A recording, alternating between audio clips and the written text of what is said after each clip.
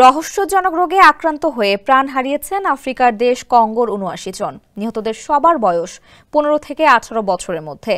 জ্বর, সর্দি, কাশি, কফ, শ্বাসকষ্ট ও মাথা ব্যথার মতো উপসর্গ দেখা দেয় অজ্ঞাত এই রোগে। দেশটির স্বাস্থ্য মন্ত্রণালয়ের বরাত দিয়ে ব্রিটিশ সংবাদ মাধ্যম বিবিসি জানায়, ডেমোক্রেটিক রিপাবলিক অব কঙ্গোর দক্ষিণ পশ্চিমাঞ্চলে ফ্লু এর মতো উপসর্গ সৃষ্টিকারী রোগটি অজ্ঞাত। এ পর্যন্ত এতে আক্রান্ত হয়েছে প্রায় ৩০০ মানুষ। প্রতিনিয়ত আক্রান্তের সংখ্যা বাড়ছে।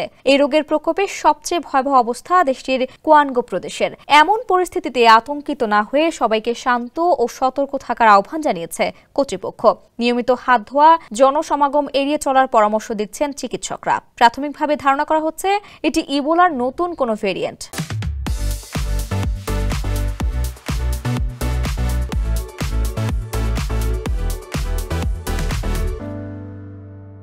পরিস্থিতি মোকাবেলার উপায় বের করতে রোগের প্রকৃতি সম্পর্কে জানতে আপ্রাণ চেষ্টা চালাচ্ছেন বিশেষজ্ঞরা। বিশ্ব স্বাস্থ্য সংস্থার আফ্রিকা অঞ্চলের একজন কর্মকর্তা জানান, তারা ল্যাব তদন্তের জন্য নমুনা সংগ্রহে প্রত্যন্ত অঞ্চলে একটি দল পাঠিয়েছে।